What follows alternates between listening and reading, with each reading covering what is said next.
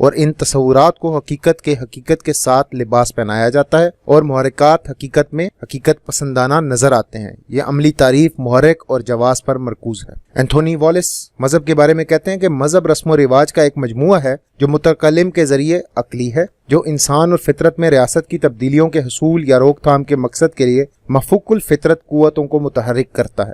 اس عملی تعریف میں معاشرے کو استحکام یا تبدیل کرنے کے لیے مذہب کے استعمال اور فطرت کو جادوئی طور پر قابو کرنے کے لیے مذہب کے استعمال پر توجہ دی گئی ہے۔ کرٹ رائے مذہب کے بارے میں کہتے ہیں کہ مذہب ایک ایسا طرز عمل، علامت اور انٹریکٹیو اور خیالی معاشرتی تعلقات کا ایک ایسا نظام ہے جو شعور کی ایک ایسی شکل کو قائم کرنے اور برقرار رکھنے سے متعلق ہے جس میں نظریات کے سامنے حقیقت کی تعمیر اور سمجھا جاتا ہے۔ اب ہم اپنی ویڈیو کے اگلے پہلو کی طرف بڑھتے ہیں جو بنیادی طور پہ دین کے مختلف پہلوؤں کا ذکر ہے یا جہتوں کا بیان ہے۔ ہم دیکھتے ہیں کہ مذہب کی مختلف جہتیں، ہر دین کی مختلف جہتیں ہوتی ہیں۔ ان میں پہلی جہت جس کو کہا جاتا ہے وہ عقیدہ نجات ہے، یعنی نجات کے متعلق سوچ اور عقیدہ۔ عقیدہ نجات کے اندر تمام قدیمی مذاہب جو ہیں وہ نجات کے منصوبے کہلاتے تھے کہ وہ وسیلہ فطرت انسانوں کو تکلیف دینے والے عقائد کی برائیوں کے خاتمے کے طریقے بتاتے ہیں۔ تمام دین و مذاہب تکمیل، رہائی، برکت کے حصول کے حوالے سے جواب دیتے ہیں، چاہے وہ تکمیل رہائی اسی دنیا میں ہو یا اگلی یا دونوں میں۔ دور حاضرہ اور قدیمی مذاہب میں سب سے بنیادی اشکال خدشات نجات سے متعلقہ ہیں۔ زندگی کا اور زندگی کے مختلف عوامل کا اختتام کیا ہے؟ دین کی دوسری جہت جسے دینیات یا الہامیات کہتے ہیں، یہ ایک وجود عظیمہ کی فطرت کے اور جو کام اس کے ذمہ ہوتے ہیں ان کو بیان کرتا ہے۔ خدا کا تصور مذہبی عقیدت اور عمل کی بنیاد ہے۔ اس کو ثانوی طور پر قیاس آرائیوں یا فرضی ہستیوں پر منطبق کیا جاتا ہے۔ کسی خاص دین و مذہب کو سمجھنے کے لیے اس تعلق کے علم کی ضرورت ہوتی ہے جو پیروکاروں، عقیدت مندوں اور مقدس چیزوں اور ہستیوں کے درمیان ہوتا ہے۔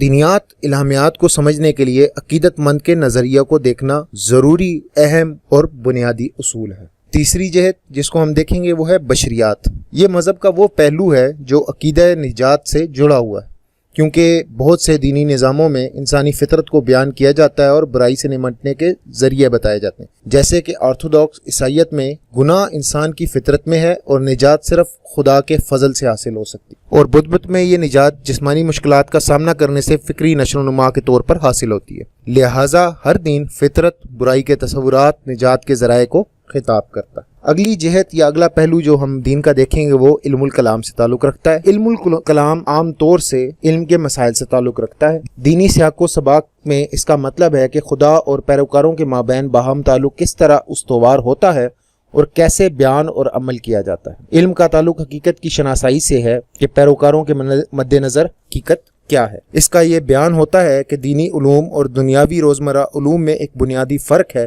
اور دینی علوم روزمرہ علوم سے پیدا ہونے والے تنازعات کو ایک اعلیٰ مقام یا درجہ عطا کر کے ان کو حل کرتے ہیں۔ مذہبی علوم وحی، الہام، مقدس کتب اور دوسرے پیروکاروں کے باہم تعلقات سے دوسرے لوگوں تک پہنچتا ہے۔ اگلا پہلو جو دین کی جہتوں میں سے ایک ہے وہ اخلاقیات، یعنی انسانوں کے مابین تعلقات۔ دین بیان کرتا ہے کہ لوگوں کے مابین کیا طرز عمل ہونا چاہیے۔ اخلاقیات غیر رسمی اصولوں، رسمی ضابطوں اور قوانین کے نظام کا نام ہے۔ سماجی علوم کے ماہرین اخلاقیات کی تعلیم و ترویج کو دین کا سب سے اہم کام مانتے ہیں۔ اگلا پہلو جو ہم دیکھیں گے وہ ثقافتی طرز عمل ہے۔ رسوم وہ ذریعہ ہیں جن سے دین عوامی طور پر مجسم اور منظم ہے۔ رسم میں درج ذیل عناصر ہوتے ہیں۔ نمبر 1، مذہبی طبقے کی سماجی تنظیم، مختلف فرائض کی ادائیگی کے لیے مختلف اہلکاروں کا تعین، طرز عمل، مناسب گروہی اور انفرادی طرز عمل کے آلات۔ رسمی اعمال کو عام طور پر مقدس جانا جاتا ہے یا کم از کم نجات کے حصول کا ذریعہ سمجھا جاتا ہے۔ اس سے درج ذیل چیزیں قابل غور بنتی ہیں: دین کی علامات اور ان کا مقام، مخصوص اشارہ جات تقاریری اور عملی، فنون اور تعمیرات پر مذہبی عقیدے کے اثرات۔ اگلی جہت جس کو ہم دیکھیں گے وہ دنیاوی عوامل ہیں۔ وقت کی پہچان اور معنی، دینی روایات وقت کے مختلف پہلوؤں کا تخیلاتی پیمانہ فراہم کرتی ہیں، بشمول مذہبی لحاظ سے اہم ادوار کا آغاز، تکرار اور اختتام۔ وقت کا خاتمہ زندگی کا خاتمہ ادیان کے لیے ایک خاص دور ہے۔ جیسے ہندو ایک مسلسل زندگی کے عوامل ادوار کو ایک دائروی شکل میں دیکھتے ہیں، جیسے پیدائش، نشو و نما، زوال، موت اور پھر سے پیدائش۔ فرد کی سطح پر وقت کے معنی کا تعین زندگی کی پیدائش، نمو، زوال، موت اور اس کے بعد کے واقعات سے منطبق ہے۔ جو آخری جہت ہم دین کی دیکھیں گے وہ تکوینیات سے تعلق رکھتے ہیں، یعنی کائنات کے معانی۔ تکوینیات کا تعلق ان تخیلات اور نظریات سے ہے جو کائنات کی تخلیق، فطرت اور ان کے متعلقہ عوامل سے متعلق ہیں اور انسانیت کی اس کائنات کے اندر جگہ کا تشخص کرتے ہیں۔ سائنس ایک بے معنی کائنات کا مطالعہ کرتی ہے جو عالم ظاہر ہے، مگر دین ہماری اس بے معنی کائنات کو معنی کا جامہ پہناتا ہے۔ تکوینیات انسانی فطرت اور معاشرے کو کائنات سے ایک تخیلاتی تعلق سے باندھنے کا نام ہے جو انسانی وجود اور معاشرے کو معنی سے ہمکنار کرتا ہے۔ اب ہم دیکھیں گے کہ وہ کون سے عناصر ہیں جو دین کو بناتے ہیں۔ نمبر 1 ہے عقائد۔ یہ دماغ کا احساس ہے کہ ہم ایک خدا، قیامت کے دن، فرشتوں، مقدس کتابوں، اچھی اور بری قسمت پر یقین رکھتے ہیں، جبکہ ہندو ایک سے زیادہ خدا پر یقین رکھتے ہیں۔ دوسرا، مذہبی تنظیم۔ مذہب عقائد، رسومات اور جذبات کی ایک تنظیم ہے۔ تنظیم کے بغیر کوئی بھی مذہب زندہ نہیں رہ سکتا۔ ہر مذہب کا اپنا ایک ڈھانچہ اور فعل ہوتا ہے اور ہر فرد اپنا کردار ادا کرنے والی تنظیم ہے۔ مثال کے طور پر ہزاروں افراد عید الفطر اور عید الاضحیٰ پر جمع ہوتے ہیں اور لوگ حج کی سرگرمیاں انجام دیتے ہیں جو دین اسلام کے تنظیمی ڈھانچے کو ظاہر کرتے ہیں۔ انبیاء، ائمہ، پیر، کاہن، میزبان جماعت کا کردار اسی ڈھانچے میں ہے۔ کلمہ، زکوٰۃ، روزہ، حج اور نماز منظم اور دین اسلام کا ایک مکمل ڈھانچہ تشکیل دیتے ہیں۔ اس کے بعد جذبات، امید، خوف، تعظیم اور عاجزی کے جذبات مذہبی رسومات کی پیداوار ہیں۔ فرد مذہبی رسومات ادا کرتا ہے اور جذبات سے وابستہ ہوتا ہے۔ ان جذبات کا رسومات سے گہرا رابطہ ہوتا ہے اور ایک فرد اللہ تعالیٰ کے حضور گناہوں اور خدشات سے باز آتا ہے اور جذبات خدا کی حقیقت کو ظاہر کرنے کے اسباب ہیں۔ رسوم اور تقاریب۔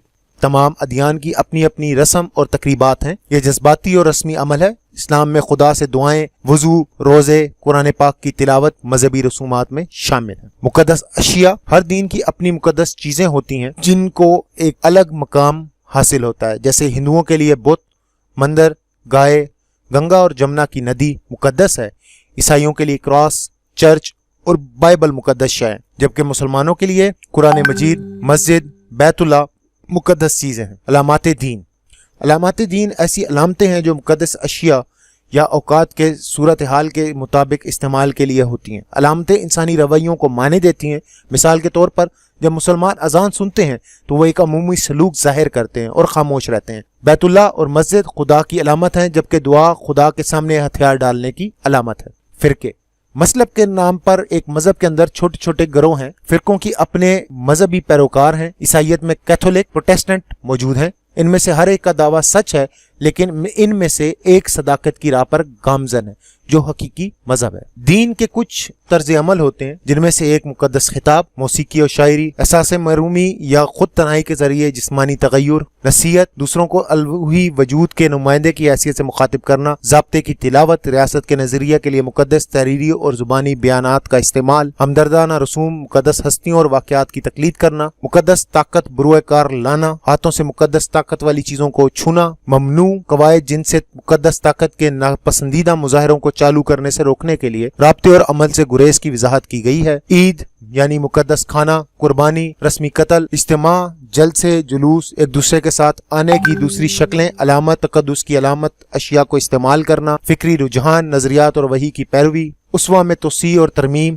توسیعی نتائج خاص طور پر رسمی مواقع کے تناظر سے باہر مذہبی اقدار کو نافذ کرنے کے نتائج۔ دین کے مستقل مقاصد یا افعال جو ہوتے ہیں ان میں سے جو مثبت افعال ہوتے ہیں ان میں پہلا امید اور حقیقت کے مابین کا فاصلہ بند کرنا ہے، جیسے موت، برائی وغیرہ پر حتمی فتح جنت میں ہے۔ دوسرا، معاشرتی ضرورت سے فائدہ اٹھانا، یعنی کسی فرد کی حوصلہ افزائی کرنا کہ وہ اپنے ذاتی مقاصد پر اجتماعی مقاصد کو ترجیح دے۔ افراد اور گروہوں کی تائید اور تسلی تشفی کرانا، معاشرتی اصولوں پر تقدس پیش کرنے کے ذریعے اور اخلاقی امور کے بارے میں رائے کے مستند ذرائع کی تخلیق کے ذریعے مذہب کے عالمانہ کام کے ذریعے معاشرتی استحکام میں اضافہ کرنا۔ معاشرتی تبدیلی کو فروغ دینا جب مذہب معاشرے کے مروجہ نظم سے متصادم ہو۔ معاشرتی تنقید اور پیشن گوئی کے ذریعے مذہب کا پیشن گوئی والا فعل، اخلاقی معیار کی کمی کا شکار بہت سے معاشروں میں ذاتی شناخت کا ایک ذریعہ فراہم کرنا، ذاتی ترقی اور پختگی کو آسان بنانا کیونکہ وہ مذہب کے بنیادی تصورات ہیں، افراد کو معاشرتی حیثیت تبدیل کرنے کے نظام زندگی میں ایڈجسٹ کرنا، معاشرتی، سیاسی اور معاشی عدم مساوات کو منطقی بنانا، طبقاتی معاشروں میں تنازعات کو کم کرنا۔